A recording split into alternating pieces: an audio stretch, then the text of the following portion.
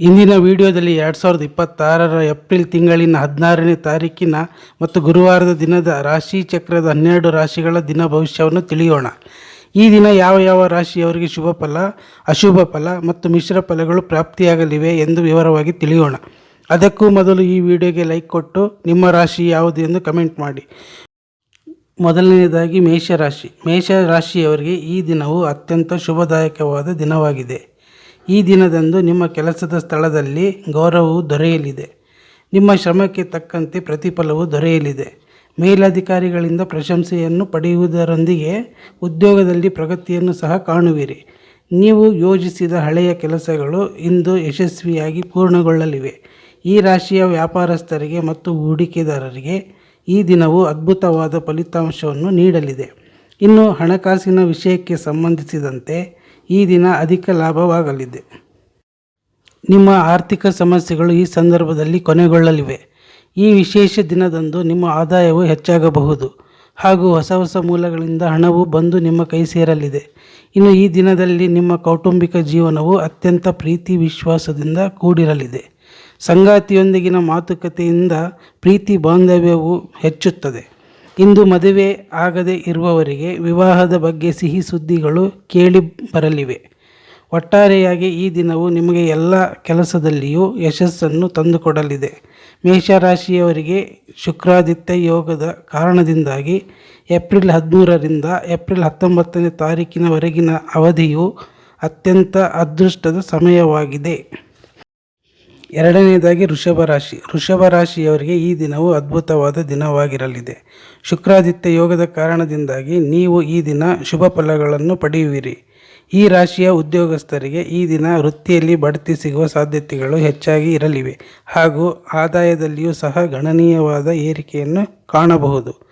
ಅದೇ ರೀತಿಯಾಗಿ ಈ ವೃಷಭ ರಾಶಿಯ ವ್ಯಾಪಾರಸ್ಥರಿಗೆ ಮತ್ತು ಹೂಡಿಕೆದಾರರಿಗೆ ಈ ದಿನವು ಅತ್ಯಂತ ಲಾಭದಾಯಕವಾದ ದಿನವಾಗಿದೆ. ವ್ಯಾಪಾರಸ್ಥರು ಈ ದಿನ ದೊಡ್ಡ ಒಪ್ಪಂದಗಳನ್ನು ಸಹಿ ಹಾಕಲಿದ್ದಾರೆ. ಜೊತೆಗೆ ವ್ಯವಹಾರದಲ್ಲಿ ಪ್ರಗತಿಯನ್ನು ಕಾಣಲಿದ್ದೀರಿ. ಇನ್ನು ಈ ದಿನದಂದು ನಿಮ್ಮ ಆದಾಯದ ಹೊಸ ಮೂಲಗಳು ತೆರೆದುಕೊಳ್ಳಲಿವೆ ಹಾಗೂ ನೀವು ಹೂಡಿಕೆ ಮಾಡಿದ್ದ ಹಳೆಯ ಯೋಜನೆಗಳಿಂದ ಲಾಭವನ್ನು ಪಡೆಯುವಿರಿ. ಇನ್ನು ಈ ದಿನ ನಿಮ್ಮ ಕುಟುಂಬದಲ್ಲಿ ಸಂತಸದ ವಾತಾವರಣವು ಇರಲಿದೆ.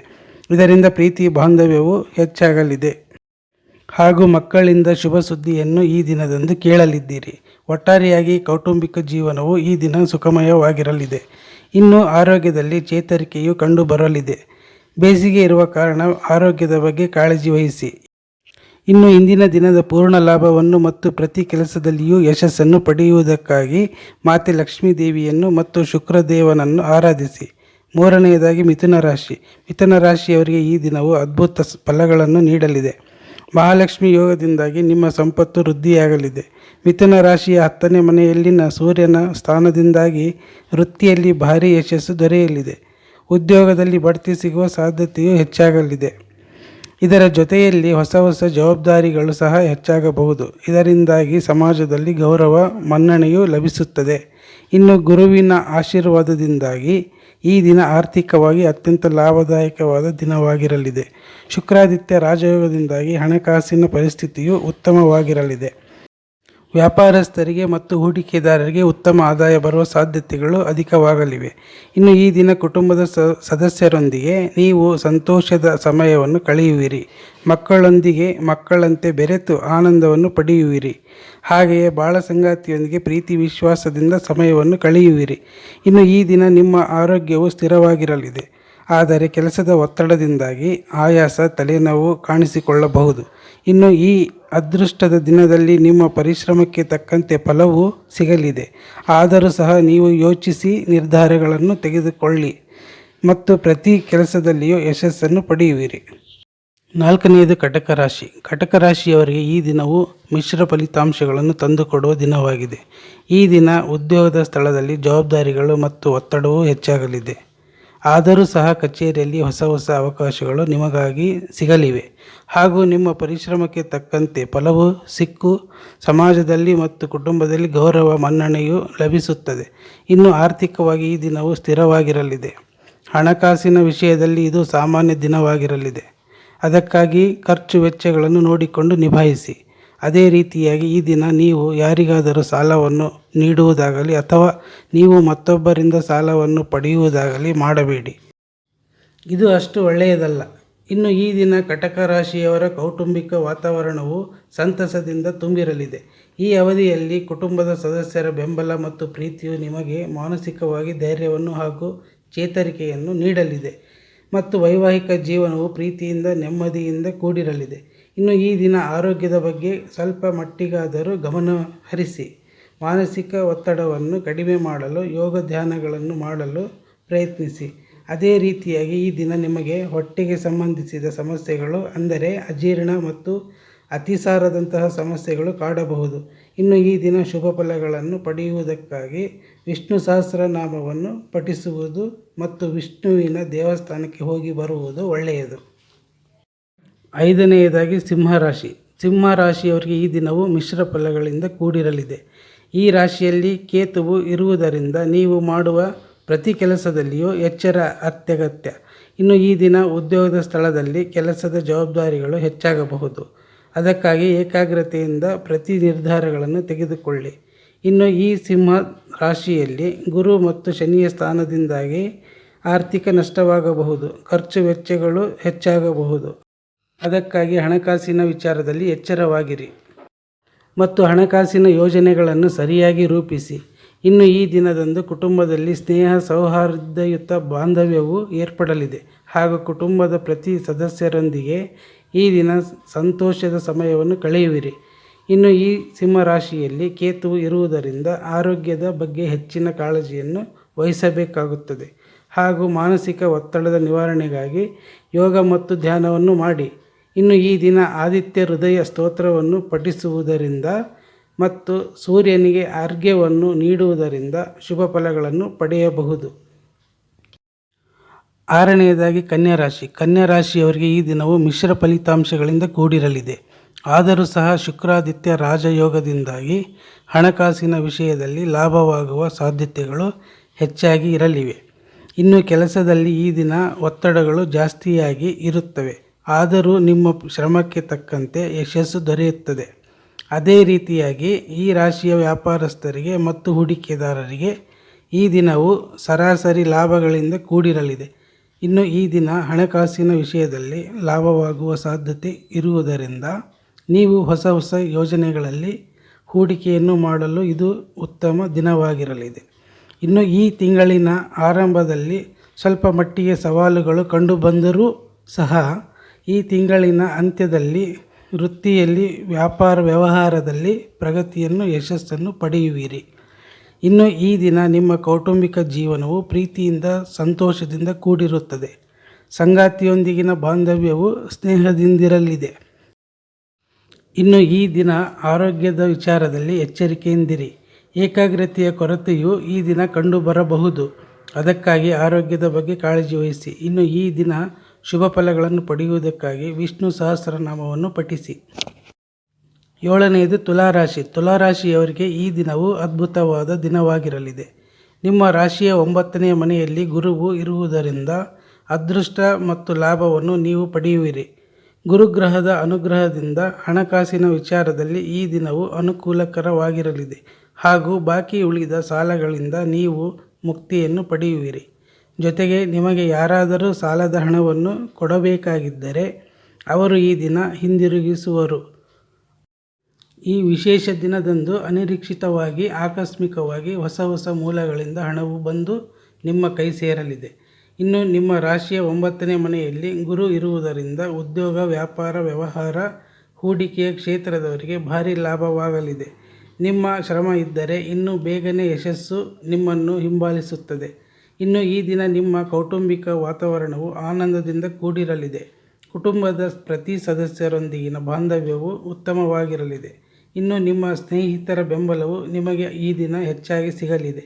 ಆದರೂ ನಿಮ್ಮ ಒಳ್ಳೆಯ ಗುಣವನ್ನು ಅವರು ದುರುಪಯೋಗಪಡಿಸಿಕೊಳ್ಳಬಹುದು. ಅದಕ್ಕಾಗಿ ಎಚ್ಚರದಿಂದಿರಿ. ಇನ್ನು ಆರೋಗ್ಯದ ವಿಚಾರದಲ್ಲಿ ಈ ದಿನವು ಸ್ಥಿರವಾಗಿರಲಿದೆ. ಆದರೂ ಮಾನಸಿಕ ಒತ್ತಡಗಳು ಇರಬಹುದು. ಅದಕ್ಕಾಗಿ ತಾಳ್ಮೆಯಿಂದಿರಲು ಪ್ರಯತ್ನಿಸಿ. ನಿಮ್ಮ ಕೆಲಸಕ್ಕೆ ತಕ್ಕಂತೆ ವಿಶ್ರಾಂತಿಯನ್ನು ಪಡೆಯಲು ಮರೆಯದಿರಿ. 8ನೇಯದು ವೃಶ್ಚಿಕ ರಾಶಿ. ವೃಶ್ಚಿಕ ರಾಶಿಯವರಿಗೆ ಈ ಏಪ್ರಿಲ್ 16ನೇ ತಾರೀಕು ಶ್ರಮದಾಯಕವಾದ ದಿನವಾಗಿರಲಿದೆ. ಉದ್ಯೋಗದಲ್ಲಿ ಹೆಚ್ಚು ಪರಿಶ್ರಮ ಪಡುವ ಅನಿವಾರ್ಯತೆ ಬರಬಹುದು. ನಿಮ್ಮ ಕೆಲಸ ಕಾರ್ಯಗಳು ನಿಧಾನವಾಗಿ ಅಥವಾ ವಿಳಂಬವಾಗಿ ಸಾಗುತ್ತವೆ. ಆದರೆ ನಿಮ್ಮ ನಿರಂತರ ಶ್ರಮದಿಂದಾಗಿ ಶುಭ ಫಲಗಳನ್ನು ಪಡೆಯಬಹುದು. ಇನ್ನು ಈ ದಿನವು ಆರ್ಥಿಕವಾಗಿ ಮಿಶ್ರ ಫಲಿತಾಂಶಗಳಿಂದ ಕೂಡಿರಲಿದೆ. ಅನಿರೀಕ್ಷಿತ ಖರ್ಚು ವೆಚ್ಚಗಳು ಎದುರಾಗಬಹುದು. ಅದಕ್ಕಾಗಿ ಎಚ್ಚರಿಕೆಯಿಂದ ನಿರ್ಧಾರಗಳನ್ನು ತೆಗೆದುಕೊಳ್ಳಿ. ಆತುರದಿಂದ ಹೂಡಿಕೆ ಮಾಡುವುದಾಗಲಿ ಅನಗತ್ಯ ಖರ್ಚು ಮಾಡುವುದಾಗಲಿ ಮಾಡಬೇಡಿ. ಇನ್ನು ಈ ದಿನ ನಿಮ್ಮ ಕೌಟುಂಬಿಕ ಜೀವನವು ಉತ್ತಮವಾಗಿರಲಿದೆ. ಆದರೂ ಕೂಡ ಬೇಸರದ ಮನೋಭಾವ ನಿಮ್ಮನ್ನು ಕಾಡಬಹುದು. ಅದಕ್ಕಾಗಿ ಆದಷ್ಟು ಚಟುವಟಿಕೆಯಿಂದಿರಲು ಪ್ರಯತ್ನಿಸಿ. ಇನ್ನು ನಿಮ್ಮ ರಾಶಿಯ ಚಂದ್ರನ ಸ್ಥಾನದಿಂದಾಗಿ ಆರೋಗ್ಯದಲ್ಲಿ ಏರುಪೇರುಗಳು ಕಂಡುಬರಬಹುದು. ಮಾನಸಿಕವಾಗಿ ಒತ್ತಡ, ಮನಸ್ಸಿನಲ್ಲಿ ಚಂಚಲತೆ ಕಾಣಬಹುದು. ಅದಕ್ಕಾಗಿ ತಾಳ್ಮೆಯಿಂದಿರಿ ಮತ್ತು ಯೋಗ ಧ್ಯಾನಗಳನ್ನು ಮಾಡಿ ಮನಸ್ಸನ್ನು ಶಾಂತಗೊಳಿಸಿ. ಇನ್ನು ಈ ದಿನ ಹನುಮಾನ್ ಚಾಲಿಸವನ್ನು ಪಠಣ ಮಾಡುವುದರಿಂದ ಮತ್ತು ಸುಬ್ರಹ್ಮಣ್ಯ ಸ್ವಾಮಿಯ ಆರಾಧನೆ ಮಾಡುವುದರಿಂದ ಶುಭ ಫಲಗಳನ್ನು ಪಡೆಯಬಹುದು. 9ನೇದು ಧನುರಾಶಿ. ಧನುರಾಶಿಯವರಿಗೆ ಈ ದಿನವು ಮಿಶ್ರ ಫಲಗಳಿಂದ ಕೂಡಿರುತ್ತದೆ. ಗುರು ನಿಮ್ಮ ರಾಶಿಯ 7ನೇ ಮನೆಯಲ್ಲಿ ಇರುವ ಕಾರಣ ವೃತ್ತಿಯಲ್ಲಿ, ವ್ಯಾಪಾರ ವ್ಯವಹಾರದಲ್ಲಿ ಅಧಿಕ ಲಾಭವನ್ನು ಕಾಣಬಹುದು. ಹಾಗೂ ಪಾಲುದಾರಿಕೆಯ ವ್ಯವಹಾರದಲ್ಲಿಯೂ ಅಧಿಕ ಲಾಭದ ಸಾಧ್ಯತೆ ಇದೆ. ಇನ್ನು ಆರ್ಥಿಕವಾಗಿ ಈ ದಿನವು ಸ್ಥಿರವಾಗಿರಲಿದೆ. ಆದರೂ ಸಹ ಖರ್ಚು ವೆಚ್ಚಗಳನ್ನು ಎಚ್ಚರಿಕೆಯಿಂದ ನಿಭಾಯಿಸಿ. ಇನ್ನು ಈ ಏಪ್ರಿಲ್ ತಿಂಗಳಿನ 12ನೇ ತಾರೀಕಿನಿಂದ 18ನೇ ತಾರೀಕಿನವರೆಗಿನ ಸಮಯದಲ್ಲಿ ನೀವು ಭಾವನಾತ್ಮಕವಾಗಿ ಸದೃಢರಾಗುವಿರಿ. ನಿಮ್ಮ ಆತ್ಮವಿಶ್ವಾಸವೂ ಸಹ ಹೆಚ್ಚಾಗಲಿದೆ. ಇನ್ನು ಈ ದಿನ ನಿಮ್ಮ ಕೌಟುಂಬಿಕ ಜವಾಬ್ದಾರಿಗಳು ಹೆಚ್ಚಾಗಬಹುದು. ಅವುಗಳನ್ನು ತಾಳ್ಮೆಯಿಂದ ನಿಭಾಯಿಸಿ. ಹಾಗೂ ಈ ದಿನ ಕುಟುಂಬದ ಸದಸ್ಯರೊಂದಿಗೆ ಪ್ರವಾಸ ಕೈಗೊಳ್ಳುವ ಯೋಗವನ್ನು ಸಹ ನೀವು ಪಡೆಯುವಿರಿ. ಅದೇ ರೀತಿಯಾಗಿ ಅವಿವಾಹಿತರಿಗೆ ಈ ದಿನ ಮದುವೆಯ ಪ್ರಸ್ತಾಪಗಳಾಗಬಹುದು. ಇನ್ನು ಈ ದಿನ ನಿಮ್ಮ ಆರೋಗ್ಯದ ಸ್ಥಿತಿಯು ಸ್ಥಿರವಾಗಿರಲಿದೆ. ಯಾವುದೇ ತರಹದ ದೊಡ್ಡ ಸಮಸ್ಯೆಗಳು ಎದುರಾಗುವುದಿಲ್ಲ. ಆದರೆ ಕೆಲಸದ ಒತ್ತಡದಿಂದ ಸ್ವಲ್ಪ ಆಯಾಸವಾಗಬಹುದು. ಇನ್ನು ಈ ದಿನ ಗುರು ರಾಘವೇಂದ್ರ ಸ್ವಾಮಿಯನ್ನು ಪ್ರಾರ್ಥಿಸುವುದರಿಂದ ಹಾಗೂ ಹಳದಿ ಬಣ್ಣದ ಬಟ್ಟೆಯನ್ನು ದಾನ ಮಾಡುವುದರಿಂದ ಶುಭ ಫಲಗಳನ್ನು ಪಡೆಯಬಹುದು. 10ನೇದು ಮಕರ ರಾಶಿ. ಮಕರ ರಾಶಿಯವರಿಗೆ ಏಪ್ರಿಲ್ 16ನೇ ತಾರೀಕು ಅದ್ಭುತವಾದ ಲಾಭದಾಯಕ ದಿನವಾಗಿರಲಿದೆ. ಕೆಲಸದ ಸ್ಥಳದಲ್ಲಿ ಈ ದಿನ ನಿಮ್ಮ ಶ್ರಮಕ್ಕೆ ತಕ್ಕಂತೆ ಗೌರವ, ಮನ್ನಣೆಯು ಸಿಗಲಿದೆ. ಉದ್ಯೋಗಿಗಳಿಗೆ ಬಡ್ತಿ ಸಿಗುವ ಅವಕಾಶಗಳು ಹೆಚ್ಚಾಗಿರಲಿವೆ. ಆದಾಯದಲ್ಲಿ ಗಣನೀಯವಾಗಿ ಏರಿಕೆಯು ಕಂಡುಬರಲಿದೆ. ವ್ಯಾಪಾರ ವ್ಯವಹಾರ ಮಾಡುವವರಿಗೆ ಹೊಸ ಒಪ್ಪಂದಗಳಿಂದ ಲಾಭವಾಗುವ ಸಾಧ್ಯತೆಗಳು ಅಧಿಕವಾಗಿರಲಿವೆ. ಇನ್ನು ಈ ದಿನ ನೀವು ಆರ್ಥಿಕ ಸ್ಥಿರತೆಯನ್ನು ಕಾಣುವಿರಿ. ಹಣಕಾಸಿನ ಸ್ಥಿತಿ ಉತ್ತಮವಾಗಿರಲಿದೆ. ನಿಮ್ಮ ಹಳೆಯ ಸಾಲಗಳು ಈ ದಿನದಂದು ತೀರುವ ಸಾಧ್ಯತೆಗಳಿವೆ. ಅದೇ ರೀತಿಯಾಗಿ ಈ ದಿನ ಆಸ್ತಿ ಖರೀದಿಗೆ, ವಾಹನ ಖರೀದಿಗೆ ಉತ್ತಮ ದಿನವಾಗಿರಲಿದೆ. ಇನ್ನು ಈ ದಿನ ನಿಮ್ಮ ಕುಟುಂಬದಲ್ಲಿ ಶುಭ ಕಾರ್ಯಗಳು ಯಶಸ್ವಿಯಾಗಿ ನಡೆಯುತ್ತವೆ. ಕುಟುಂಬದ ಪ್ರತಿ ಸದಸ್ಯರೊಂದಿಗಿನ ಬಾಂಧವ್ಯವು ಈ ದಿನ ಉತ್ತಮವಾಗಿರಲಿದೆ. ಸಂಗಾತಿಯೊಂದಿಗಿನ ಸಂಬಂಧವು ಮಧುರವಾಗಿರಲಿದೆ. ಹಾಗೂ ನಿಮ್ಮ ಮಕ್ಕಳಿಂದ ಶುಭ ಸುದ್ದಿಯನ್ನು ನೀವು ಕೇಳುವಿರಿ. ಈ ದಿನ ನಿಮ್ಮ ಹಳೆಯ ಕಾಯಿಲೆಗಳಿಗೆ ಮುಕ್ತಿ ದೊರೆಯಲಿದೆ. ನಿಮ್ಮ ಮನಸ್ಸಿಗೆ ಶಾಂತಿ ಸಿಗಲಿದೆ. ಇನ್ನು ಈ ದಿನ ಗುರುವಾರವಾಗಿರುವುದರಿಂದ ಶ್ರೀ ಗುರು ರಾಘವೇಂದ್ರ ಸ್ವಾಮಿಗಳನ್ನು ಪ್ರಾರ್ಥಿಸಿ. ಅಗತ್ಯ ಇರುವವರಿಗೆ ಹಳದಿ ಬಣ್ಣದ ವಸ್ತುಗಳನ್ನು ದಾನ ಮಾಡಿ. ಇದರಿಂದ ಮಂಗಳವಾಗುತ್ತದೆ. 11ನೇದು ಕುಂಭರಾಶಿ. ಕುಂಭರಾಶಿಯವರಿಗೆ ಈ ದಿನವು ಗುರು ಮತ್ತು ಶುಕ್ರನಿಂದಾಗಿ ಅನುಕೂಲಕರವಾಗಿರಲಿದೆ. ಉದ್ಯೋಗಿಗಳಿಗೆ ಈ ದಿನ ಶುಭ ವಾರ್ತೆಗಳು ಕೇಳಿಬರಲಿವೆ. ಕೆಲಸದಲ್ಲಿ ಸ್ಥಾನ ಮತ್ತು ಜವಾಬ್ದಾರಿ ಎರಡೂ ಸಹ ಹೆಚ್ಚಾಗಲಿದೆ. ವೃತ್ತಿ ಜೀವನದಲ್ಲಿ, ವ್ಯಾಪಾರ ವ್ಯವಹಾರದಲ್ಲಿ ಸ್ಥಿರತೆ ಕಂಡುಬರಲಿದೆ. ಹೂಡಿಕೆದಾರರಿಗೆ ಲಾಭದಾಯಕ ದಿನ ಇದಾಗಿದೆ. ಇನ್ನು ಆರ್ಥಿಕವಾಗಿ ಈ ದಿನ ಸ್ಥಿರತೆ ಇರಲಿದೆ. ಅನಿರೀಕ್ಷಿತ ಮೂಲಗಳಿಂದ ಆದಾಯವು ಬರಲಿದೆ. ಅದೇ ರೀತಿಯಾಗಿ ಹಳೆಯ ಹೂಡಿಕೆಗಳಿಂದ ಲಾಭವಾಗಲಿದೆ. ಇನ್ನು ಕುಟುಂಬದಲ್ಲಿ ಈ ದಿನ ಸಂತೋಷದ ವಾತಾವರಣವೂ ಇರಲಿದೆ. ಉತ್ತಮ ಫಲಗಳಿಗಾಗಿ ಈ ದಿನ ಗುರು ಹಿರಿಯರ ಸಲಹೆಯನ್ನು ಪಾಲಿಸುವುದು ಒಳ್ಳೆಯದು. ಇನ್ನು ಈ ದಿನ ನಿಮ್ಮ ಆರೋಗ್ಯದಲ್ಲಿ ಸುಧಾರಣೆಗಳು ಕಂಡುಬರಲಿವೆ. ಆದರೂ ಬೇಸಿಗೆ ಇರುವ ಕಾರಣ ನೀರನ್ನು ಹೆಚ್ಚಾಗಿ ಕುಡಿಯಿರಿ. ಇನ್ನು ಈ ದಿನ ಅಗತ್ಯ ಇರುವವರಿಗೆ ಅಥವಾ ನಿರ್ಗತಿಕರಿಗೆ ಆಹಾರವನ್ನು ಅಥವಾ ಹಣ್ಣು ಹಂಪಲುಗಳನ್ನು ದಾನ ಮಾಡಿ ಶುಭ ಫಲಗಳನ್ನು ಪಡೆಯಿರಿ. 12ನೇದಾಗಿ ಮೀನರಾಶಿ. ಮೀನರಾಶಿಯವರಿಗೆ ಈ ದಿನವು ಅತ್ಯುತ್ತಮವಾದ ದಿನವಾಗಿದೆ. ಉದ್ಯೋಗಸ್ಥರಿಗೆ ವೃತ್ತಿಯ ಸ್ಥಳದಲ್ಲಿ ಗೌರವ, ಪ್ರಶಂಸೆಗಳು ಸಿಗಲಿವೆ. ವೃತ್ತಿ ಜೀವನದಲ್ಲಿ ಬಡ್ತಿ ಮತ್ತು ಪ್ರಗತಿಯನ್ನು ಕಾಣುವಿರಿ. ನಿಮ್ಮ ಶ್ರಮಕ್ಕೆ ತಕ್ಕಂತೆ ಹೊಸ ಹೊಸ ಅವಕಾಶಗಳು ನಿಮ್ಮನ್ನು ಹುಡುಕಿಕೊಂಡು ಬರಲಿವೆ. ವ್ಯಾಪಾರಸ್ಥರಿಗೆ, ಹೂಡಿಕೆದಾರರಿಗೆ ಇದು ಶುಭ ದಿನವಾಗಿದೆ. ಇನ್ನು ಈ ದಿನ ನಿಮ್ಮ ಹಣಕಾಸಿನ ಪರಿಸ್ಥಿತಿಯು ಬಲಗೊಳ್ಳಲಿದೆ. ಆದಾಯದ ಹೊಸ ಮೂಲಗಳು ಹೆಚ್ಚಾಗುತ್ತವೆ. ಇನ್ನು ಕುಟುಂಬದಲ್ಲಿ ಈ ದಿನ ಸಂತಸದ ವಾತಾವರಣವು ತುಂಬಿರಲಿದೆ. ನೀವು ನಿಮ್ಮ ಪ್ರೀತಿ ಪಾತ್ರರೊಂದಿಗೆ ಉತ್ತಮ ಸಮಯವನ್ನು ಕಳೆಯುವಿರಿ. ಅದೇ ರೀತಿಯಾಗಿ ಈ ದಿನ ನೀವು ಆರೋಗ್ಯದಲ್ಲಿಯೂ ಸಹ ಸುಧಾರಣೆಯನ್ನು ಪಡೆಯುವಿರಿ. ಮಾನಸಿಕವಾಗಿ ಒತ್ತಡ ಇದ್ದರೂ ಅದನ್ನು ತಾಳ್ಮೆಯಿಂದ ನಿಭಾಯಿಸಿ. ಇನ್ನು ಈ ದಿನ ಗುರುವಾರ ಇರುವುದರಿಂದ ಗುರುರಾಯರ ಪೂಜೆಯನ್ನು ಅಥವಾ ವಿಷ್ಣು ಸಹಸ್ರನಾಮವನ್ನು ಪಠಿಸುವುದರಿಂದ ಶುಭ ಫಲಗಳನ್ನು ಪಡೆಯಬಹುದು. ಹೀಗೆ ಈಗಾಗಲೇ ತಿಳಿಸಿರುವ ಹಾಗೆ ರಾಶಿಚಕ್ರದ 12 ರಾಶಿಯ ಜನರು ಈ ರೀತಿಯಾಗಿ ತಮ್ಮ ದಿನ ಭವಿಷ್ಯವನ್ನು ಹೊಂದಿದ್ದಾರೆ. ಈ ವಿಡಿಯೋ ನಿಮಗೆ ಇಷ್ಟವಾಗಿದ್ದರೆ ಲೈಕ್ ಮಾಡಿ, ಶೇರ್ ಮಾಡಿ, ಕಮೆಂಟ್ ಮಾಡಿ ಮತ್ತು ನಮ್ಮ ಚಾನಲನ್ನು ಸಬ್ಸ್ಕ್ರೈಬ್ ಮಾಡಲು ಮರೆಯದಿರಿ.